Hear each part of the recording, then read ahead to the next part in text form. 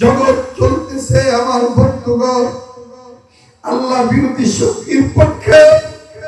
তবে তৈরি হয়ে যাও, শুধু চোখের পানি নয়, ইসলাম নামক বৃক্ষ তাজা রাখার জন্য যদি ইসলাম নামক গাছের গোড়ায় চোখের পানির পাশাপাশি তাজা রক্ত দিতে হয়, উলামায়ে দেওবন্দের ইশারায়, আকাবিরদের ইশারায় তাজা রক্ত দিয়ে দেব। বাতিলের কাছে মাথা নত করে কাদিয়ানী ইবাদি বামপন্থীদের কাছে, নাস্তিক মুরতাদের কাছে মাথা নত করব না।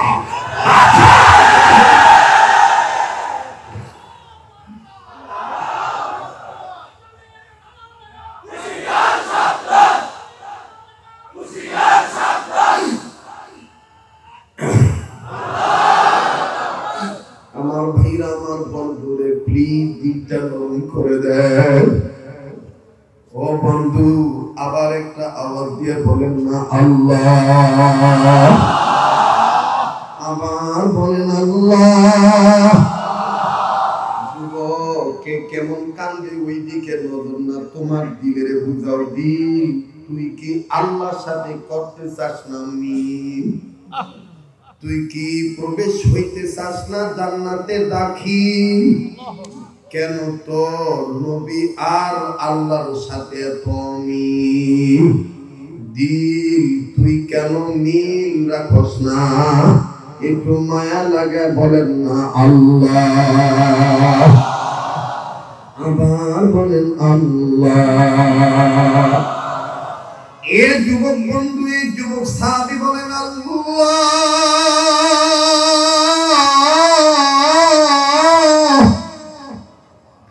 আমাকে কি তুমি মাফ করবা? এই ডাক্তার নবীর কান পর্যন্ত পৌঁছায় গেছে।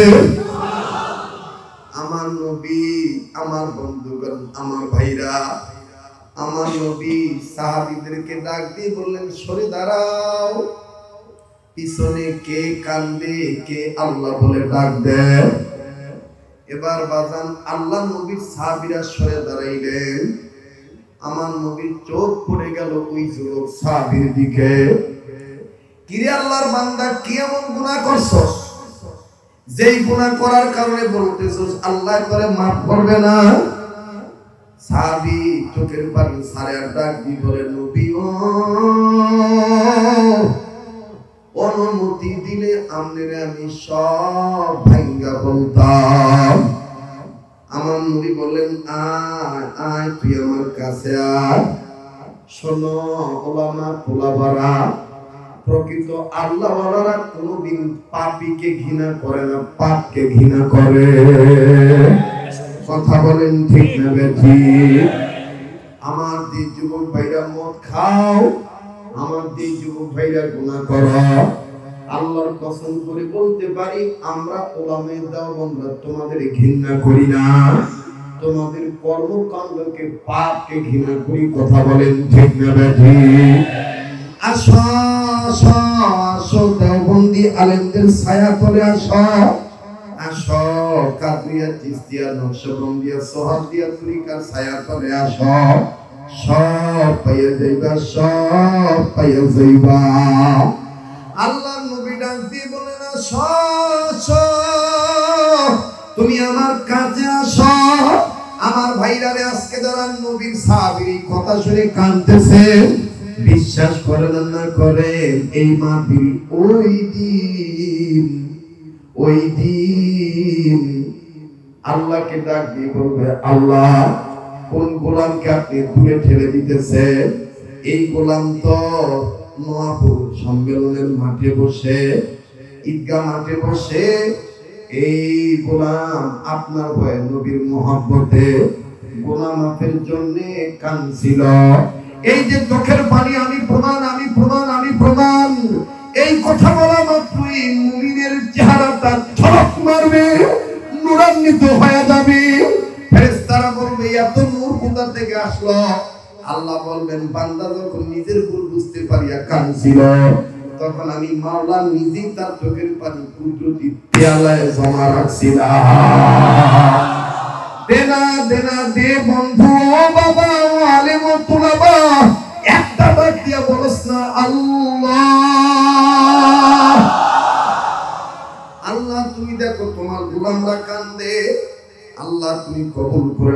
বলেন আমিন। মুসলমান ভাইরা আমার খুব খেয়াল করে কথাগুলো শোনা চাই। আল্লাহ নবী বললেন সব খুলে বলো তুমি কি গুনাহ করছো। লোকটা ডাক দিয়ে বলে নবীজি আমি ব্যবসা করার জন্য বাইরে যাব, কয়েক বছরের জন্য আমি ব্যবসা করতে যাব। ওগো নবী আমার বিবির গর্ভে একটা সন্তান ছিল, আমার বিবি গর্ভবতী নারী, আমি আমার এই বিবির কাছ থেকে বিদায় পড়ে নিছি, সমাজের সবার কাছ থেকে বিদায় নিয়ে নিছি। আমি পরিশেষে যখন বিবির কাছে এসে বললাম বিবিরে আমি কয়েক বছর পর আসবো, 5-6 বছর দেরি হবে, তুই আমার বিদায় দিয়ে দে। শুনতেছেন আপনারা? সমস্যা নেই তো? খুব খেয়াল করেন, খুব খেয়াল করেন। ডাক দিয়ে বলতেছেন বিবিরে আমার তো 5-6 বছর 7 বছর সময় লাগতে পারে।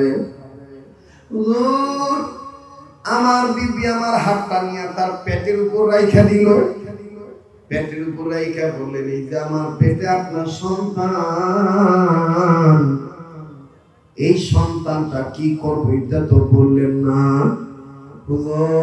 আমি তখন আমার বংশে দাম্ভিকতা ঠিক রাখার জন্য জাহিলিয়াত বর্বরতার যুগকে আমি প্রাধান্য দিয়া আমার বিবিরে বলে দিলাম বিবিরে ছেলে হইলে রেখে দিবি, মেয়ে হইলে তো কবর দিয়া মেয়েরা ভালাবি। আমি আমার বিবির এই কথা বলে বিদায় নিয়ে চলে গেলাম।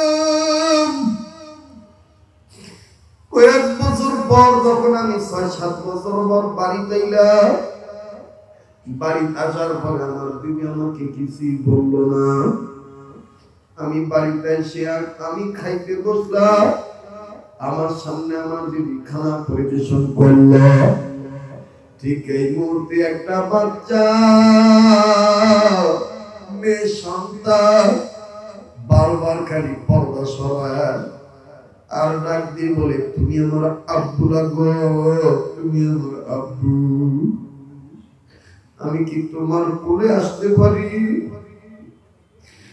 তুমি কি তোমার কোলে আসতে পারি? না আমি তোমার কোলে যাব না। আম্মু বলেছে বর্তমানে বাবার নাকি মেয়ে সন্তানকে মেরে ফেলে। হুজুর মেয়েটা পাগলের মতন একা একাই বলে, আবার আসে না, আবার খালি আমার দিক দিয়ে গুল করে। যার মেয়ে সন্তান আছে জানেন মেয়ের বাবারা মেয়েরা কত বাবা বাবা আবার ধমক দিল, মেয়েটা বাবার চতুর্দিকে ঘুরঘুর করে। হুজুর আমার মেয়েটা সাহস পাইল না আমার কাছে আসার জন্য। এক পর্যায়ে ধমক দিয়ে আমার বিবিকে বললাম বিবিরে এই মেয়েটা কার?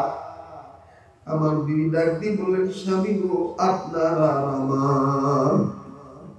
আমি তখন খানা বাদ দিয়ে বললাম তোরে না বলছিলাম মেয়ে হইলে তুই মেরে ভালাবি? আমার বিবি ডাক দিয়ে বলে স্বামী গো আগে মন খারাপ করবেন না, একটু চেহারাটা দিকে তাকায় দেখেন কত সুন্দর চেহারা। ও স্বামী আমি মারার জন্য রেডি হয়েছিলাম, কিন্তু চেহারার দিকে তাকায় দেখি আপনার চেহারার সাথে পুরোপুরি মিল আছে। আমি আমার এই মেয়েটার গলার মধ্যে টিপ দিয়ে ধরছিলাম হত্যা করার জন্য। কে জানি আমারে বলে দিছে বাবার চেহারার সাথে মিল আছে, রাইখা দে, ওর বাবা ওরে দেখলে মারবে না। স্বামী গো আমি মারতে পারি নাই, এত সুন্দর চেহারা, তারপর আমি একটা নাম রাইখা দিছি, নাম হলো জামিলা। এই কথা বলা মাত্র মেয়েটার মনে করছে মেয়েটার বাবা মেয়েটার ভক্ত হয়ে গেছে। মেয়েটা না বুঝতে বাবার গলাটা আড্ডা বাইরে দৌড়ে দেখতে বলে আব্বু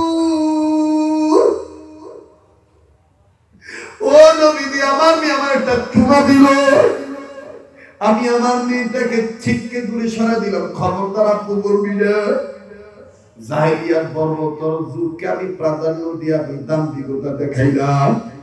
আমার মেয়েটা ভয়ে চলে গেল, কিন্তু সারাদিন আমি মেনে নিতে পারলাম না। আমার মেয়ে অন্যের বাড়িতে জি চাকরের কাজ করবে। প্ল্যান তৈরি করলাম কেমনি মারা যায়, কেমনি হত্যা করা যায়, কেমনি মারা যায়। ওগো নবীজি কোন মতন রাত্রে ঘুমাইলাম। সকালবেলা মাটি খনন করা, গর্ত করার যন্ত্র নিলাম, কোমরের মধ্যে রশি বাঁধাই নিলাম, লুকায়িত ভাবে নিলাম। আমার বউর কাছে বাহানা করে বললাম, বিবি রে দে জামিলারে নতুন কাপড় পরা সাজায় দে। অনেকদিন বন্ধুর বাড়িতে যাওয়া হয় না, বন্ধুর বাড়িতে তারে দাওয়াত খাইতে নিয়ে যাও। হুজুর আমার বিবি সরল মহিলা, কথাটা বিশ্বাস করে যখন আমার বিবি আমার জামিলার ডাইকা নতুন কাপড় পরায় যায়, জানেননি আমি কেমন নিষ্ঠুর পিতা। আমার জামিলার যখন নতুন কাপড় পরায় দেয়, আমার জামিলা নিজের কাপড় ধরে এরকম দুলায় আর ডাক দিয়ে বলে, মা গো তুমি না বলছিলা আব্বা ভালো না, দেখো আমার আব্বা কত ভালো, আমারে নতুন কাপড় পরায় নিয়ে দাওয়াত খাইতে নিয়ে যাইব। ও নবীজি এই মেয়েটা যদি জানতো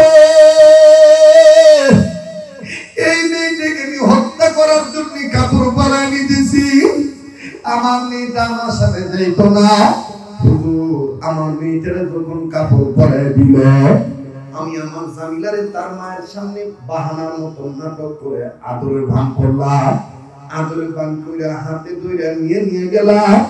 মায়ের চোখের আড়াল যখন হইয়া গেল, মায়ের দেখি মেয়ের দৃষ্টি পুরানা, মেয়ে দেখি খালি বারবার মার দিকে তাকায়। অনেক দূর যাওয়ার পর যখন পাহাড়ের আড়ালে চলে গেলাম, আমি আমার জামিলাকে একটা জায়গায় দাঁড় করাইলাম।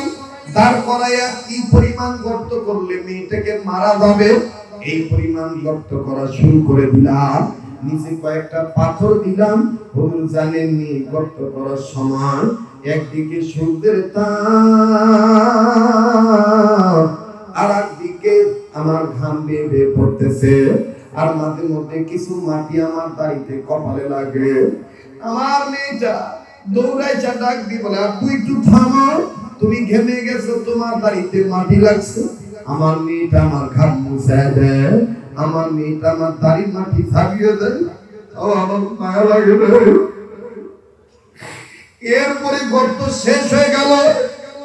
আমি আমার জামিলার ডাক দিয়ে বললাম, জামিলা রে দেখ গর্তটা কেমন হয়েছে। আমার অবশিশু মেয়ে জামিলা আমার কথা বিশ্বাস করে গর্ত দেখার জন্য গর্তের কিনারে দাঁড়াই উঁকি মারলো, আর আমি পিছন দিক দিয়া আমার সামনে একটা ধাক্কা মাইরা গর্তের মধ্যে ফেলাই দিল। ও নবী গর্তের মধ্যে পাথর ছিল। আমার জামিলা ঠাস করে যখন মাথাটা পাথরের দিকে লাগছে, আমার জামিলা উঠছে। উঠার পরে নজর করে দেখি আমার জামিলার কপাল পেটে রক্ত ফিনকি দিয়া গড়গড়ায় পড়তেছে। জামিলা আমার ডাক দিয়ে, আপু তুমি বললা আমারে তুমি দাওয়াত খাইতে গিয়া যাইবা, এইভাবে তুমি ধাক্কা দিয়া ফালাই দিলা। আপু আমি তোমার বাকি রাই রে, আপু তুমি আমারে মারিয়া ফালাইবা। আম্মু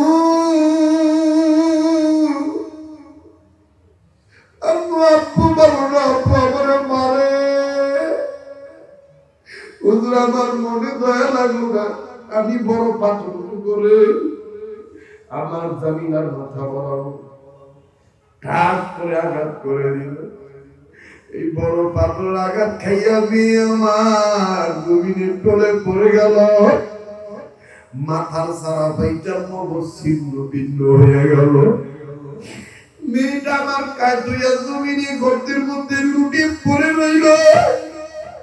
আমি বুঝতেছি আমার মেয়েটা জামিলা মারা যাইতেছে, কিন্তু নবীজি আমার মেয়েটা মরার সময় আমার কানে একটা আওয়াজ আসছে, আমার ভিতরে একটা ডাক দিছিল, আব্বু। ওগো নবীজি, ওই আব্বুটা এখন আমার কানে লাগে। হুজুর এখন বলেন, আমার মাওলা আমার এই গুনাহ মাফ করবে নাকি? আমার নবী নিজের চোখের পানি মুছে আর ডাক দিয়ে বলে, বান্দারে, তোমার এই বর্ণনা শুনে আমি নিজেরই ঠিক রাখতে পারলাম না। মানুষ কি পারে এই ধরনের অমানুষের কাজ করতে? তবে শুনিয়া নাও, তুমি বাপ হওয়ার পর তুমি তোমার মেয়েরে ক্ষমা করো নাই। তুমি বাবার চাইতে মায়ের চাইতে আমার আল্লাহ দয়া বেশি। ওই আল্লাহর কাছে যদি খালি দিয়ে তওবা করো, আমার আল্লাহ তোমার তওবা কবুল করে দিবে, তোমার গুনাহ মাফ করে দিবে। মুসলমান ভাইরা, আমার বন্ধুগণ, আমার বাবাজিরা, এই জন্য এখনো সময় আছে। আমি আপনি আসেন, পিছনের গুনার জন্য তওবা করি, সামনে ইসলাহ হওয়ার জন্য রাস্তা খুঁজি। আমার বন্ধুগণ, আমার বাবাজিরা, এই জন্য মায়া মোহাব্বত করে একটা ডাক দেন না, বলেন না আল্লাহ। এক নম্বর কর্মসূচি আল্লাহকে ভয় করব, দ্বিতীয় নম্বর ভয় করার পাশাপাশি আল্লাহকে মোহাব্বত করব, আর তৃতীয় নম্বর হইল সব সময় আল্লাহ আমাদের সাথী হয়ে যাব। হাকিমুল উম্মত থানভী রাহমাতুল্লাহ আলাইহি বলেন, পাঁচ কাজ ধারাবাহিকভাবে করবে যারা আল্লাহর ওলি হবে তারা। এক নম্বর, সকল প্রকার গুনাহ থেকে বেঁচে থাকা। 2 আর 3, আল্লাহর হুকুম ফরজ আর ওয়াজিব ঠিক মতন আদায় করা। 4 নম্বর, রাসূলের সুন্নতের নকল করা। 5 নম্বর, নিজের অভ্যাসকে নফল আমলের অভ্যাস বানানো। এই 5 কাজ যারা করবে, আমার আল্লাহর নবীর ওয়ারিস থানভী রাহমাতুল্লাহ আলাইহি বলেন, আল্লাহ পাক তাকে ওলি বানিয়ে দিবে। ইসলাম কখনো কারো প্রতি মাইন্ডা চলে না, ঠিক কিনা বলেন? অনেক দোহাই অনেক জায়গায় আছে, হ্যাঁ, খালি দোহাই নাই, ল্যাংটার দরবারে। কার দরবারে? ল্যাংটার দরবারে, কোনো দোহাই নাই। এই জন্য এটা যায় আর কয়, দোহাই ল্যাংটা বাবা, দোহাই ল্যাংটা। আর যত দোহাই, যত অজুহাত, যত কিছু বক্কর আর চক্কর আমার টুপিওয়ালার উপরে, ইসলাম মানার মন মানসিকতা ব্যক্তিবর্গের উপরে। কোন অজুহাত পাইলেই মাহফিল বন্ধ, কোন অজুহাত পাইলেই ইসলামী ব্যবস্থাপনা বন্ধ। তবে একটা কথা বলি, যত প্রকার যত বন্ধই কেউ করেন না কেন, ইনশাআল্লাহ এক সাগর রক্তের বিনিময় হইল টুমরো ইসলামের পতাকা পাক পাক করে উঠবে, কেউ ঠেকা রাখতে পারবে না। আমার ভাইরা, আমার বন্ধুগণ, মাগরিবের আগে খুব অল্প সময় থাকে, আপনারা জানেন। তবে সময় অল্প, বরকত অনেক। সময় অল্প, বরকত অনেক। সময় অল্প, বরকত অনেক অনেক। যে আয়াত কারিমা তেলাওয়াত করেছি, এই আয়াত কারিমাকে সামনে রেখে কিছু কথা বলবো। আল্লাহ ওয়ালাদের নির্দেশ অনুযায়ী, আকাবির আসলাফ বুজুর্গদের নকশা নমুনা অনুযায়ী আল্লাহ পাক এই আয়াত কারিমার মাধ্যমে ঈমানদারদেরকে 2টা কর্মসূচি দিয়েছেন। কয়টা কর্মসূচি? জোরে বলেন, কয়টা? 2টা। 1 নাম্বার, সকল ক্ষেত্রে আল্লাহকে ভয় করা। আল্লাহু আকবার। সকল ক্ষেত্রে আল্লাহকে ভয় করা, ভয় করা। 2 নাম্বার, তোমার ভয়টা যেন সঠিকভাবে থাকে। এই জন্য তুমি যারা আমাকে ভয় করে ওলি হয়েছে, যারা সত্যবাদী, সত্যবাদীদের সাথী হয়ে যাও। আল্লাহু আমিন। কয়টা কর্মসূচি? 2টা। যারা বলেন কয়টা? 2টা। 1 নাম্বার, কাকে ভয় করা? আবার বলেন, কাকে ভয় করা? আল্লাহকে ভয় করা। 2 নাম্বার, কাদের সাথে থাকা? আল্লাহ ওয়ালাদের সাথে থাকা, সত্যবাদীদের সাথে থাকা, হক্কানি রব্বানি ওলামা ইকরামদের সাথে থাকা। কথা বলেন ঠিক কিনা? হক্কানি ওলামা ইকরামদেরকে মহব্বত করলে, তাদের মাথা হাতে চললে, তাদেরকে ভালোবাসলে, কাকে ভালোবাসা হবে? নবীকে ভালোবাসা হবে। কাকে ভালোবাসা হবে? নবীকে ভালোবাসা হবে। আমার বন্ধুগণ, এই আয়াত স্পষ্ট করে আমাদের সামনে এই আয়াত কারিমা উপস্থাপন করে হক্কানি ওলামা ইকরাম, বিশেষ করে হাকিম উম্মত মুজাদ্দিদুল মিল্লাত শাহ আশরাফ আলী থানভী রাহমাতুল্লাহ বলেন, যে একজন গোলাম প্রকৃত গোলাম হইতে গেলে, আল্লাহ ওয়ালা হইতে গেলে এই আয়াতটা মানলেই সে আল্লাহ ওয়ালা হয়ে যাবে। আমি সকল ক্ষেত্রে আল্লাহকে ভয় করব, মহব্বত করব, আর মৃত্যু পর্যন্ত আমি সত্যবাদীদের সাথী হয়ে থাকবো। হ্যাঁ, ঠিক আছে ইনশাআল্লাহ। আমার বন্ধুগণ, আল্লাহর ভয় যার অন্তরে থাকবে সে কি কখনো কোনো গুনাহ করতে পারে? অন্যায় করতে পারে? অন্যায় করতে পারে। আজকে এখানে সবাই আছি, আমরা প্রত্যেকেই চাই আল্লাহর ওলি হইতে। সবাই চাই আল্লাহ। আমার ভাইরা, আমার বন্ধুগণ, সময় যেন বেহুদা না যায়, একটু দিলটা নরম করবেন। আপনিও কাঁদবেন, আমিও কাঁদবো, আমারও চোখের পানি পড়বে, আপনারও পড়বে। তবে দিল তৈয়ার করেন, দিল তৈয়ার করেন, কারণ যে কোনো মুহূর্তে মালাকুল মউত আমাকে আপনাকে ধরিয়া নিয়ে যাইতে পারে। এ বন্ধু, এ বাবা, কার কি গুনাহ আছে তার খবর একমাত্র আল্লাহ জানে। আর তুমি আমি জানি তোমার আমার অপরাধ কি। এই জন্য বন্ধু, নিজের চিন্তা নিজে করি, তাইলে দেখবেন সব সমস্যা দূর হয়ে যাবে। কথা বলেন ঠিক না বেঠি? প্লিজ কেউ মাথাটাও নাড়াবেন না। আমার নবী যখন দাওয়াত দিলেন, আমার আল্লাহ বলছেন, ইয়া আইয়ুহান নাসু কুলু লা ইলাহা ইল্লাল্লাহ তুফলিহুন। তোমরা যদি সফলতা চাও, মানুষ, তোমরা এক আল্লাহর আইন কানুন মেনে নাও, এক আল্লাহর আইনের কাছে মাথা নত করো, আর নবীজি শাসন মেনে নাও। আমার বন্ধুগণ, আমার মেয়েরা মাথাটা নাড়াবেন না। দেখেন তো দেখি এই মাগরিবের পূর্বে দিলটা নরম হয় নাকি? আমার নবী ডাক দিয়ে বললেন, সফলতা তারাই পাবে যারা আমার মালিককে বিশ্বাস করবে, ঈমান আনবে। আমার আল্লাহ সব, আমার আল্লাহ সব। একটু মায়া করে ডাকতেন না, বলেন না আল্লাহ।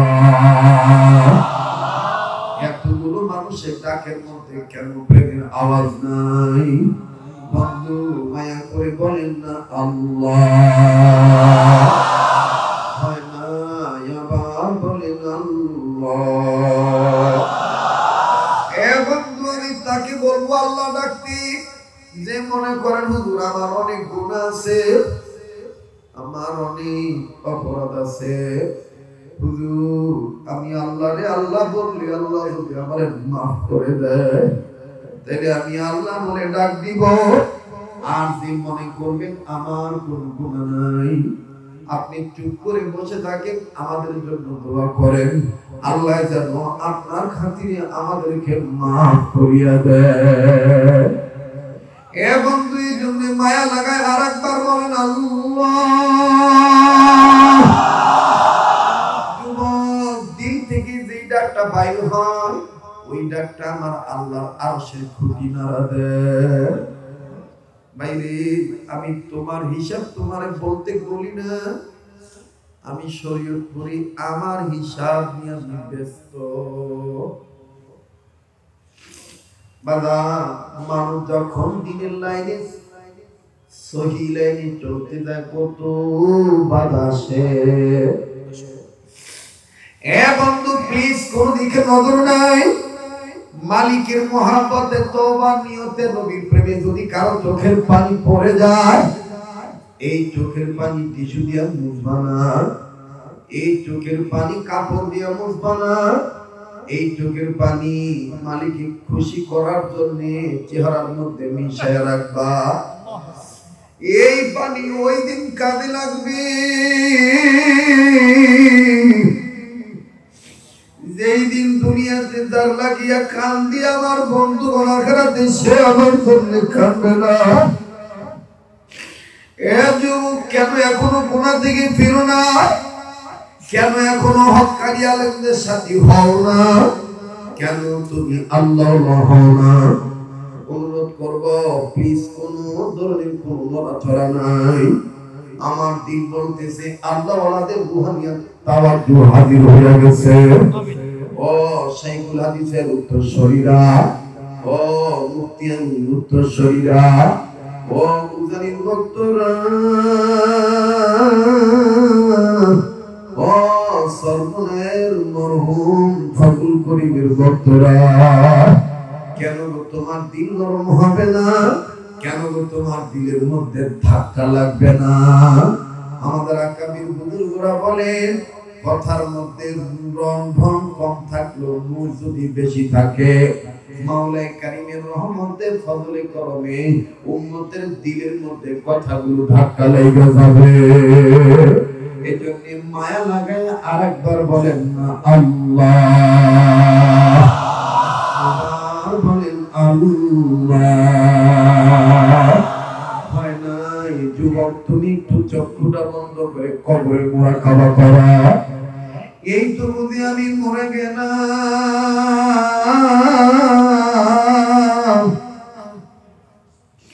আমার নবী মসজিদে মাইকি বলতেছে একটি সুখ সংবাদ।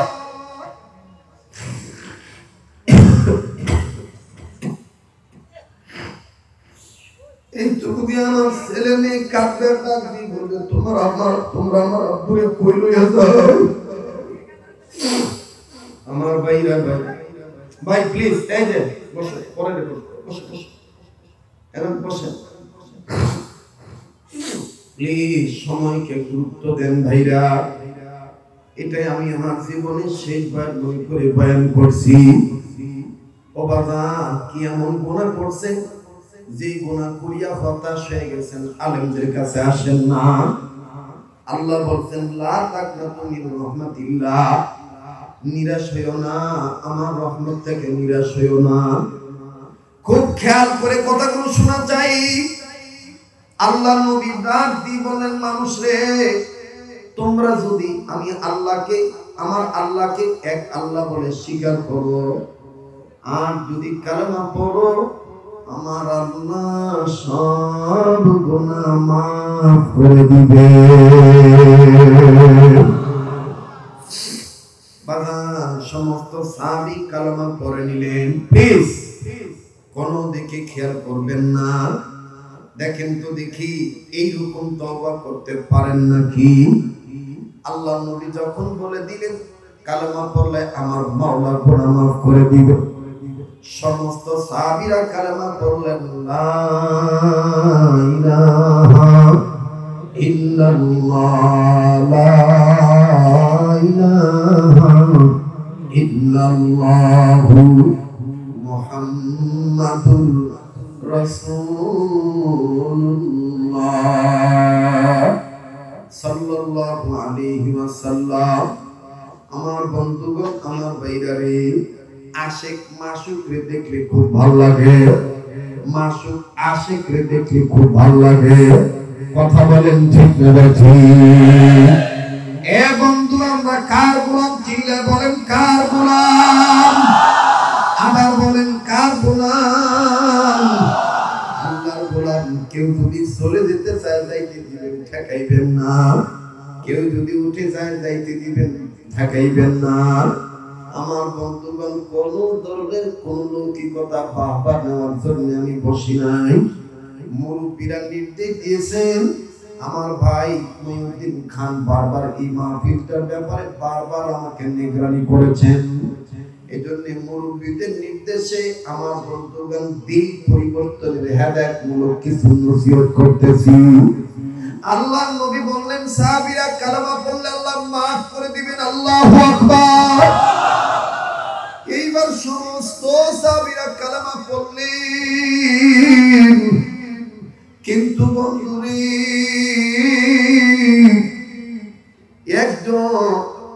একজন মধ্যম বয়সের যুবক সাহাবী আল্লাহর জমিনের মাটি নামে ডাক দিয়ে বলে আল্লাহ,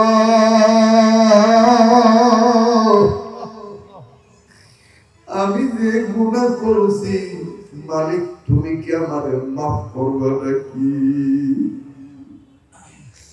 ও বাবা, তোমার নফসের মধ্যে যদি তোমার রূপ থাকে তাইলে তোমার চোখের পানি পড়বে। আমি তো তোমাদের কথা বলতে পারি না, আমি আমার কথা বলতেছি। আমার তো হাত ভালো না, মুখ ভালো না, চোখ ভালো না, কলম ভালো না, আমার তো সারা গায়ে ঘাম। এই অবস্থায় যদি আমি শরীয়ত করি মারা যাই, আমি আমার মালিককে কি জবাব দেব? এই জন্য চোখের পানি ছেড়ে কান্দি, কারণ আমার মাওলা চোখের পানি খুব পছন্দ করে।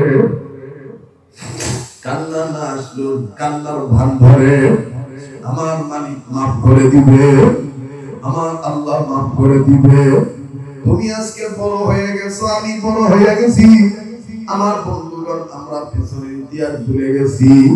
আমাদের আকাবির আসলাফ বুজুর্গদের ইতিহাস পড়লে দিন নাড়া দেয়। রশিদ আহমদ গঙ্গী রহমাতুল্লাহ আলাইহি তো কত বড় আলেম ছিলেন, তারপরও প্রত্যেকটা দিন ঘুমের আগে বালিশে মাথা রাখার আগে, মাথাটা রাখার আগে একটা কাগজের মধ্যে চিঠিটা লিখে ঘুমাইতে। না জানি এই ঘুম আমার জীবনের শেষ ঘুম,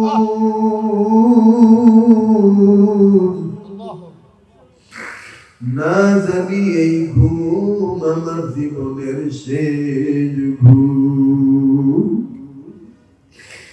কার জন্য জানি এই মাহফিলটা শেষ মাহফিল। আগামীকালকে তুমি আমি কবরের বাসিন্দা হইয়া যাইতে পারি। যুবক, কি তোমার হইছে? কেন তোমার চোখের পানি পড়ে না? ও বাজার, এই চোখের পানি আল্লাহর সহবতে গেলে আইসা যাবে। মাওলার ভয় থাকা লাগবে। একজন সাহাবীর মাটি নাড়ে আর কয় মাটির মালিক আল্লাহ।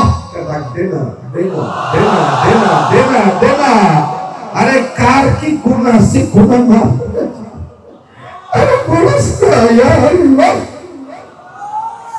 আজকে তোমার আমার আল্লাহ ছাড়া কেউ নাই।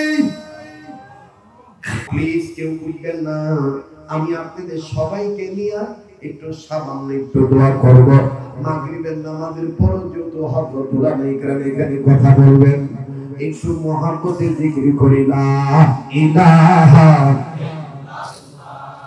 লা ইলাহা জোরে লা ইলাহা আর লা ইলাহা জোরে লা ইলাহা ইল্লাল্লাহ লা ইলাহা লা ইলাহা ইল্লাল্লাহু মুহাম্মাদুর রাসূলুল্লাহ সাল্লাল্লাহু আলাইহি ওয়াসাল্লাম।